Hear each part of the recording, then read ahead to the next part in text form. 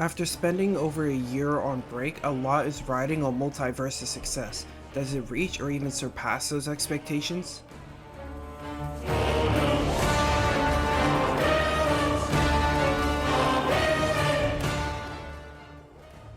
MultiVersus was developed by Player First Games and published by Warner Bros. There is no actual story mode, so I'll go over its Rift mode instead. There are different sets of rifts you can complete each season, which revolve around basic stories like the Jongleur taking over the Batcave. Each rift will come with their own battles, different mutators that can change certain mechanics, and minigames like target practice. From a narrative standpoint, the story itself is mediocre. It's not even the main focus of the game mode. There are actual 3D rendered and voice acted cutscenes for these rifts, but after that it's just text bubbles when the characters speak with no actual story progression being made. So don't go into this mode expecting Subspace Emissary, think of it more like World of Light.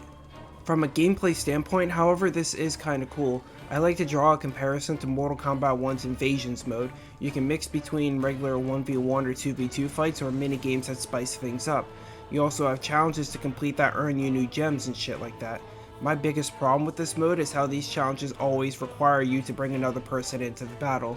I get it's forcing the main gimmick of the game, that being it's 2v2, but not all of us have friends that are willing to grind rifts with us. At the very least, let us turn on public matchmaking so we can hop in with a random.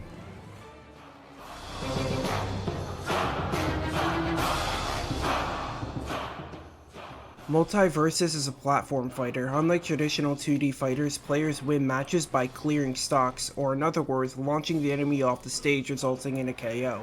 Also, although the game can be played in a 1v1 style, MultiVersus is built for 2v2 combat since the characters all have different classes. Examples: Bugs Bunny is a mage, Arya Stark is an assassin, and Jason Voorhees is a tank. Each character also has their own perks that can give them different bonuses. For example, Jason's Resurrectionist perk lets him come back to life for 5 seconds after being knocked off the stage. Hey guys, so this next section is going to be me talking about the movement. I wrote all of this before Player First confirmed on Reddit that they were going to revisit the movement along with other changes such as earning Battle Pass XP through gameplay. I'm still going to keep this in the video though because I don't know how long it'll take for any changes to arrive, if at all. This also applies to the technical stuff section because 2 of the complaints I had there were addressed in the Reddit post. The big elephant in the room is that the game is slow, much slower than it was in the beta. This has been the biggest point of contention online, and I'll admit I wasn't a fan of the speed at first, then I slowly but surely got used to it. What I will say is, it's definitely better to play than to watch. The slow movement is counteracted by the weight of all your attacks, making them more impactful. So when you're just watching it through clips online, it's bound to look like shit. But playing it yourself, the movement's pretty decent. Ironically enough, the game feels faster in 1v1 than it does in 2v2, so that's how I'll be playing it. What I'm trying to say is, please just try it for yourself. You can hate the movement all you want, I want to see it increase, but it's better to just try it, especially since the game is free.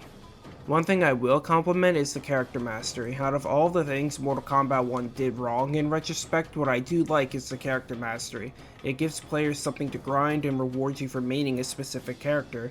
On top of that, you can earn Glemium, the premium currency, through character mastery, so there's that extra bit of incentive to grind. Another thing I want to compliment is the attention to detail put into the characters. Example, I am a huge Friday the 13th fan, so I was ecstatic to see Jason get added to the game, and all of his moves and designs are references to the series. His up strong is a reference to the bed kill from Freddy vs. Jason. His ground down special is a reference to the sleeping bag kill from the New Blood. One of his skins is his Uber Jason design from Jason X. When it comes to referencing the character's source materials, the game honestly does a better job than Smash Bros.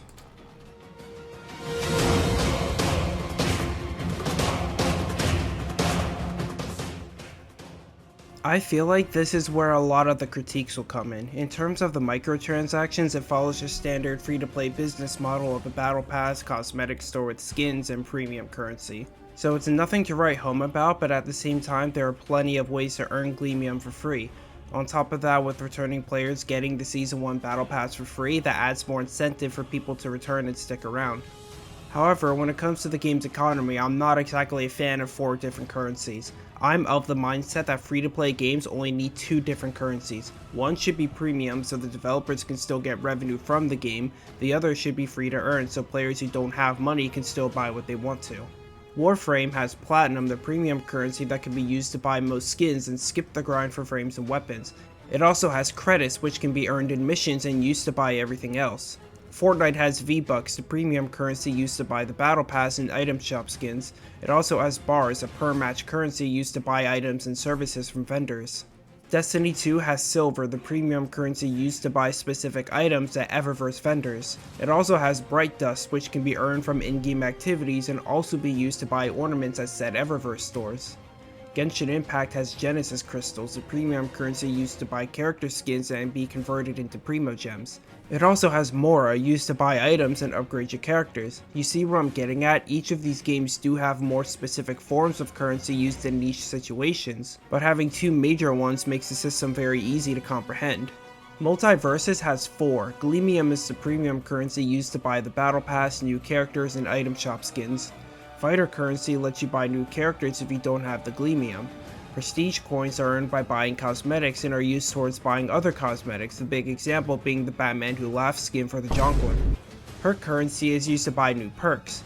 Why overcomplicate things like this? In the beta, gold was the standard free currency used to buy characters and perks, and it was a good system all things considered. Having to worry about all 4 at once can get overwhelming for me. And on top of the currency, some of it, the fighter currency especially, is hard to obtain after playing for a while. You get a lot when you're starting to level up your account and characters, but at some point it all stagnates and you don't get as much fighter currency as you would need for the characters.